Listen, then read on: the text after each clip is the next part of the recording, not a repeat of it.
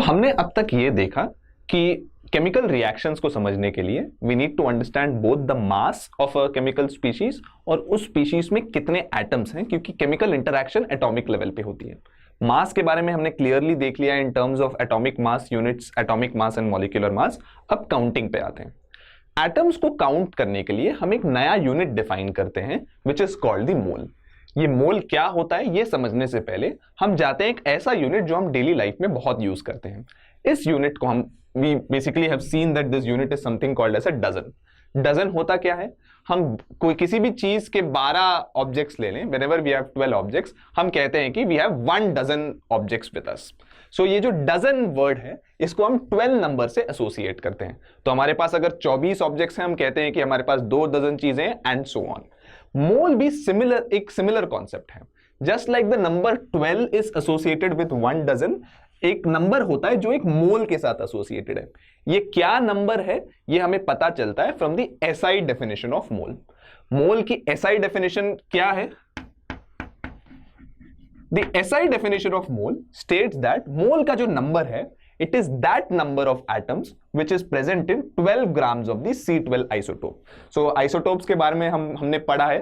C12 isotope के 12 ग्राम का sample लो, उसमें जितने एटम्स है, अगर if by some possible way we can find out, that number is defined as a mole. ये क्या नंबर है ये हम नेक्स्ट सेगमेंट में देखते हैं। तो अब हम मोल में बेसिकली कितने एंटिटीज होते हैं उसकी डेफिनेशन को यूज करके निकालने की कोशिश करते हैं। What we know for sure is ये बहुत बड़ा नंबर होने वाला है। ये कितना होने वाला है ये देखते हैं। So as per the definition the number of atoms in 12 grams of C12 isotope 1 mole होता है। अब एक C12 एटम का मास कितना होता है? हमने देखा था कि this number essentially indicates the mass in AMU। सो एक C12 एटम का मास 12 एटॉमिक मास यूनिट्स होता है। अब 1 atomic mass unit is 1.66 into 10 to the power -27 kilograms. मैं इसको ग्राम्स में कन्वर्ट करने के लिए 1000 से मल्टीप्लाई कर दूंगा, which is why it becomes -24 grams. ये मैं ग्राम्स में क्यों कन्वर्ट कर रहा हूं? क्योंकि गिवन मास भी ग्राम में है एज पर द डेफिनेशन। तो एक AMU का मास अगर 1.66 into 10 to the power -24 gram है, एक C12 एटम का मास 12 टाइम्स दिस नंबर होगा, क्योंकि वो वेट है 12 AMU। So 12 times this number will be the mass of 1 C12 atom। वो कुछ तो नंबर आएगा। अब एक C12 एटम का मास मुझे पता है, मेरे सैंपल का मास मुझे पता है, तो इन दोनों नंबर्स को डिवाइड करके मैं जान सकता हूं कि एक मोल में कितने एटम्स हैं। तो मैं चाहता हूं कि आप वीडियो को यहां पॉज करें, you find out the value of 12 AMU, 12 ग्राम से उस वैल्यू को डिवाइड करें एंड यू विल अंडरस्टैंड कि एक मोल क्या नंबर आता है। Please pause the video here. So let us see what this number is. So हमने क्लियरली ये देखा था कि एक एटम C12 एटम का weight 12 into 1.66 into 10 power -24 gram है और हमारे सैंपल का वेट 12 ग्राम है। तो the number of atoms would be simply 12 grams divided by the mass of 1 atom, right? Mass of the sample divided by mass of 1 atom.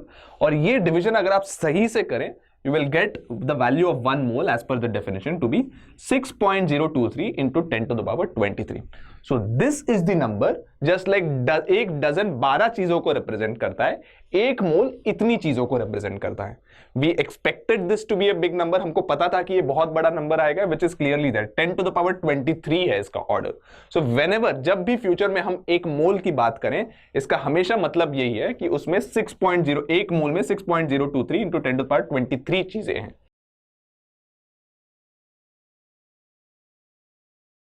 तो अब हम देखने वाले हैं how to convert between the new unit जो हमने पढ़ा moles and number of atoms और मॉलिक्यूल्स।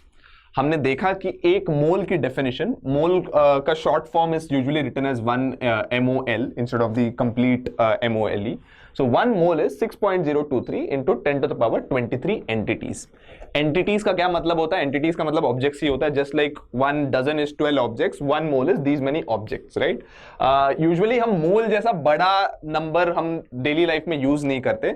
मोल का सबसे ज्यादा एप्लीकेशन केमिस्ट्री में एटम्स, मॉलिक्यूल्स और उसके अंदर की चीजों को काउंट करने में ही होता है। सो in chemistry whenever I say entities, it will usually be atoms और मॉलिक्यूल्स या उसके अंदर इलेक्ट्रॉन्स, प्रोटॉन्स, उनको गिनने के लिए यूज होता है। सो एक एक मोल, ये जो नंबर है विच रिप्रेजेंट्स अ मोल, इसको हम बुलाते हैं Avogadro's constant after the scientist who did a lot of work towards discovering this number.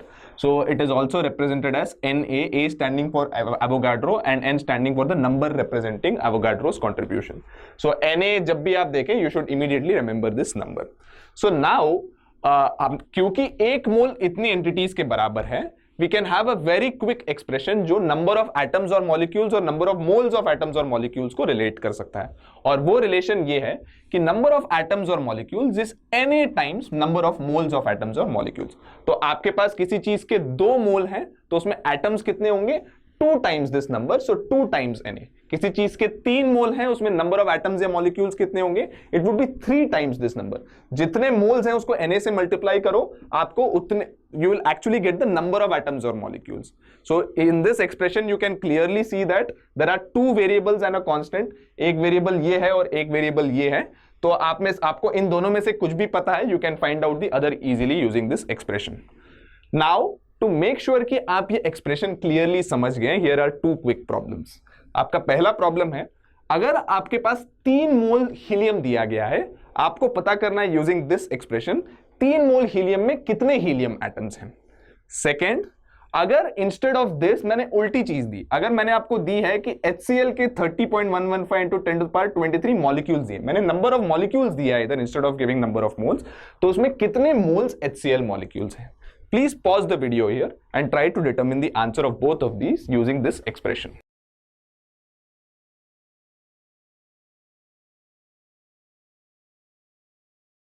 तो चलिए देखते हैं how we get the solution to each of these problems. तो यहाँ पे पहले सवाल में हमको 3 मोल He एटम्स दिए गए और हमको पूछा गया कि उसमें कितने नंबर ऑफ He एटम्स हैं. तो हमको मोल्स दिए हैं, we are given the number of moles, we have to find out the number of atoms. तो ये रिलेशनशिप इजीली काम आ जाएगा.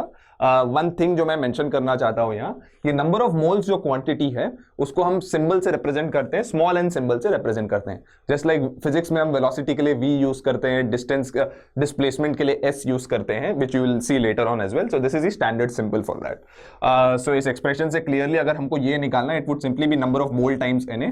3 मोल है, so it would be 3 Na. आप Na की वैल्यू यहाँ सब्स्टिट्यूट कर सकते हैं to actually get that number, and that number turns out to be 18.069 into 10 to the power 23 He atoms. So 3 mole He में उतने एटम्स हैं, He एटम्स हैं. सेकेंड पार्ट में रिवर्स प्रॉब्लम पूछा गया है आपको नंबर ऑफ एटम्स दिया गया है और नंबर ऑफ मोल्स n पूछा गया है. So all that you have to do is divide this number by Na to get that. तो आप देख सकते हैं 30.115 into 10 power 23, ये नंबर भी ऐसा दिया गया है, this 5 times this number. So this means that इतने मॉलिक्यूल्स ऑफ HCl अगर आपको दिए गए हैं, that stands for 5 moles of HCl molecules. I hope आप क्लियरली समझ गए कि इस एक्सप्रेशन को अप्लाई करके हम ये क्वांटिटीज कैसे निकाल सकते हैं.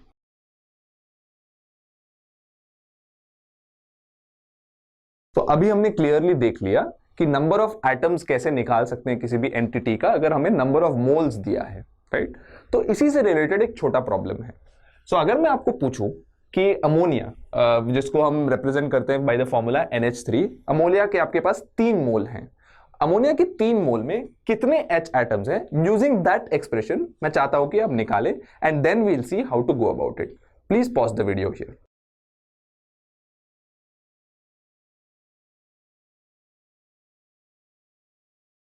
तो चलो देखते हैं इस सवाल को हम कैसे करते हैं.